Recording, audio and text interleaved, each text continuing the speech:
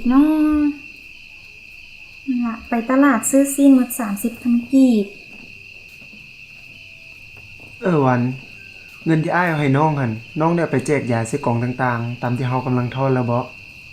น้องได้แบ่ง1 ล้านกีบไว้จ่ายแนวอยู่แนวกินเฮาในเดือนหน้าและอีก1 ล้านกีบแม่นเงินฉุกเฉิน200,000 กีบและอีก200,000 กีบน้องทอนไว้เพื่อเอาลูกเฮาในอนาคตและน้องยังได้แบ่ง300,000 กีบไว้ซื้อก้าขยายนาในฤดูนี้และน้องยังได้แบ่งให้พ่อกับแม่อีกผู้ละ150,000ตามที่เฮาตกลงกันไว้แล้วเงินที่อ้ายเอาให้น้องซื้อกล้าขยายนาในปีนี้เด้พอเสร็จแล้วหมดเดือนนี้เฮาก็จะมีเงินพอจะซื้อก้าขยายนาในฤดูนี้และถ้าเฮายังทอนได้แบบนี้ท้ายปีนี้เฮาก็จะมีเงินพอที่สิเอาลูกได้แล้วพอปู่แม่ย่าจึงมีหลานนำเขาแน่และงงครูของอ้ายจึงบ่หยอกล้ออ้ายว่าอ้ายเป็นหมันอีกเฮาก็แต่งงานกันมาได้3 ปีแล้วซอยแดลูกซอยแดพ่อเป็นหยังแม่พ่อเมาเหล้าตกขันไหนตีแล้วลูกพาพ่อไปหมอไปไปหมอพ่อมันจะตื่นไหม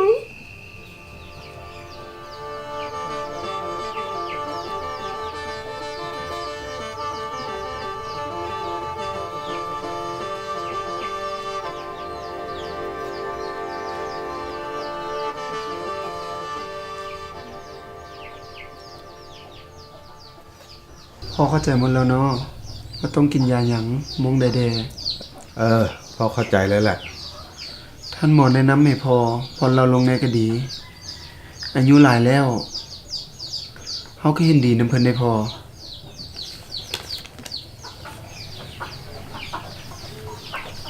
ค่ายาเธอนี่หมดไปตั้ง500,000 กีบพ่อก็ตั้งใจช่วยเฮาเด้อเงินคำหายากขึ้นทุกมื้อแพงก็ต้องได้จ่ายเลยลูกมันเป็นอุบัติเหตุบ่มีไผอยากให้มันเกิดดอก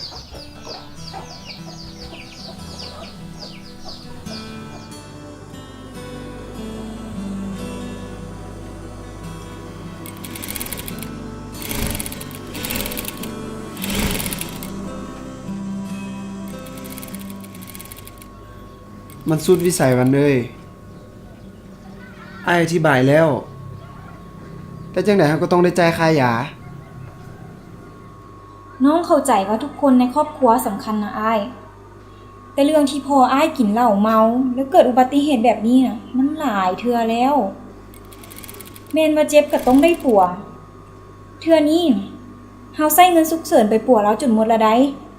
และเทื่อนี้เฮาก็ยังได้ใช้เงินที่สิจ่ายในครอบครัวไปจ่ายอีกมันบ่แม่นการแก้ไขปัญหาที่ต้นเหตุเลยอ้ายแต่น้องก็ควรสิเข้าใจเด้ให้อ้ายไปลมน้ำลาวให้ลาวเซาหั่นมันลำบากใจเด้น้องเฮาอยู่บ้านเพิ่นน่ะน้องฮู้อ้ายแต่อ้ายลองคิดเบิ่งแหมเฮาสิทอนเงินตามฝันได้แนวใดถ้ายังเกิดเหตุการณ์แบบนี้ขึ้นตลอดแม่นบ่อ้ายบ่อยากเฮ็ดแต่เพิ่นเป็นพ่ออ้ายเด้วันน้องบ่เข้าใจเลย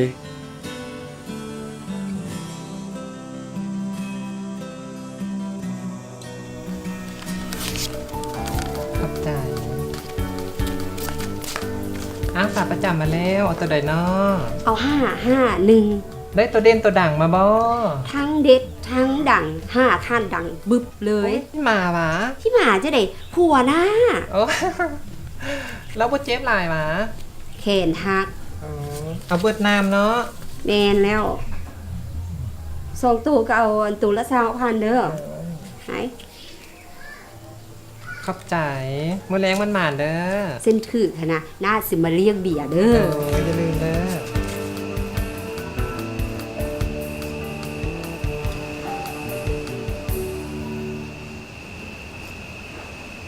มื้อสวยนี่นะแม่ไปเฮือนบุญอีแสงบืดเดี่ยวบ่เห็นลูกมันน่ะใหญ่แล้วเด้แล้วพวกลูกเด้ฮะปานใดสิเอาหลานให้แม่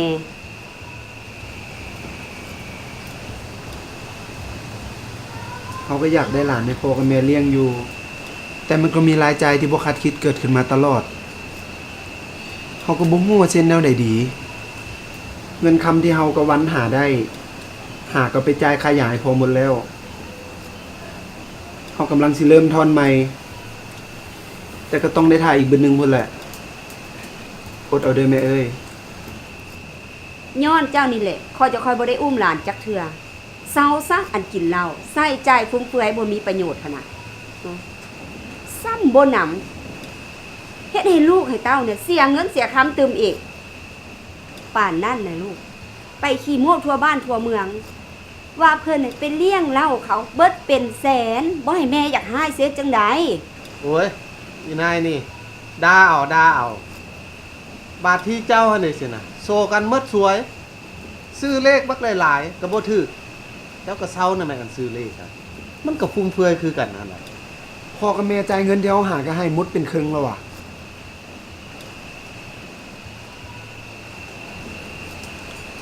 พ่อแม่เอ้ยช่วยเฮาประหยัดเด้อเฮาเป็นชาวนา รายได้ของเฮามันบ่คงที่คือคนอื่น ตอนได้มันก็ได้มาเป็นก้อนเฮาต้องช่วยกันประหยัดในยามที่บ่มีรายรับนำเฮาเห็น2ตู้เจ้านะบ่มีเงินมาดนแล้วเฮาก็เลยให้เป็นก้อนแบบนั้น ถ้าพ่อกับแม่อยากได้หลาน ต้องช่วยเฮาลดทอนรายจ่ายที่บ่จำเป็นนำเอาจึงสิสามารถทอนเงินได้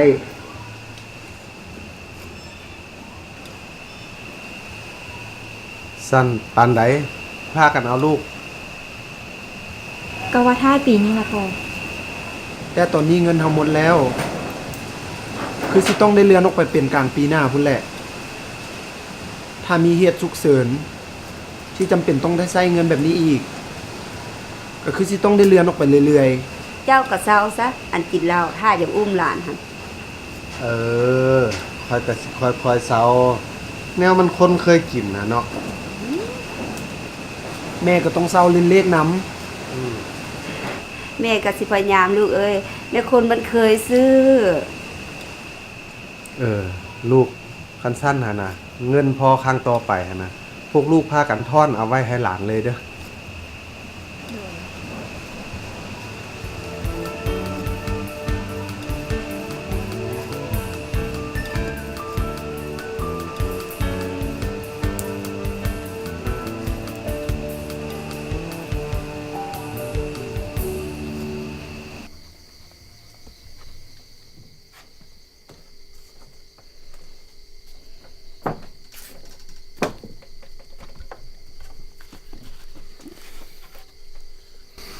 เป็นจังไดน้อง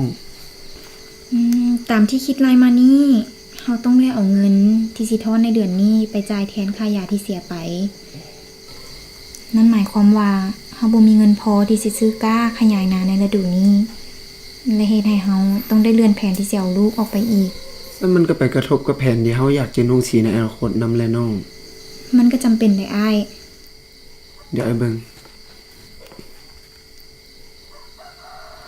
เฮาสามารถเอาเงินที่เฮาทอนไว้ที่จะเอาลูกนะมาใช้ก่อนได้ตัวแล้วค่อยทอนใช้คืน น้องว่าจังได๋ บ่ได้อ้ายเฮ็ดแบบนั้นบ่ได้เฮาบ่ควรเอาเงินแต่ละจุ้มมาปนกัน เดี๋ยวเฮาสิบ่ฮู้นะว่าเงินหยังแม่นเงินหยังน้องคิดว่ามันเป็นการบริหารเงินที่บ่ดี ก็แม่นความน้องเลยเนาะ ตานเชียวอยู่เพื่อนมาเนาะนอนหรือปะจ๊ะ ยังอันใดแอ เขาว่าเสียเงินที่ยืมตัวไปหาแสนน่ะมาส่ง เออ เดี๋ยวลงไปเอา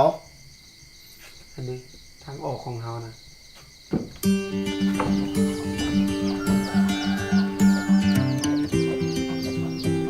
สบายดีทานผู้ชมหากก็จบไปนั้นก็แม่นละครสั้นเรื่องที่2ของ5เรื่อง เกี่ยวกับการนำไส้และการบริหารเงิน ซึ่งสามารถนำเฮาไปสู่ความหังนี้แง่คิดดีๆ จากเรื่องนี้ก็มีอยู่3อันหลักๆเช่นข้อ 1. การทอนเงินเป็นเรื่องที่จำเป็น และพวกเฮาสามารถเฮ็ดโดยการตัดรายจ่ายที่บ่จำเป็นในชีวิตออกเช่นเหล้ายาสูบการพนันและสิ่งอบายมุขต่างๆหันรายจ่ายเหล่านั้นมาเป็นเงินทอน ทอนเทือละเล็กละน้อยแล้วมันหักสิหลายขึ้นเรื่อยๆตามกาลเวลาข้อ 2 อีกหนึ่งเคล็ดลับในการบริหารเงินก็คือ การวางแผนงบประมาณถ้าหากเฮาแบ่งเงินออกเป็นแต่ละส่วนสำหรับค่าใช้จ่ายและเป้าหมายแต่ละอย่างเฮาจะรู้ได้ว่าเฮามีเงินเท่าใดแล้วและยังต้องการเงินเท่าใดเพื่อใช้จ่ายนอกจากนั้นยังช่วยเฮาให้วางแผนการเงินของเฮาให้มีประสิทธิภาพดีขึ้นดังที่เฮาเห็นนางวันเฮ็ดอยู่ในบทเรื่องข้อ 3 สิ่งที่ควรปฏิบัติแม่นการเก็บเงินไว้ใช้ในยามฉุกเฉินเช่นในกรณีเจ็บเป็นหรือเกิดอุบัติเหตุการทอนเงินฉุกเฉินนั้นแม่นอีกใช้ความสามารถตัวจริงของแต่ละครอบครัวสิ่งที่ควรจือแบบง่ายๆคือเงินฉุกเฉินที่ทานควรมีท่อนไว้แม่นเท่ากับรายจ่ายสำหรับ3 เดือนของทาน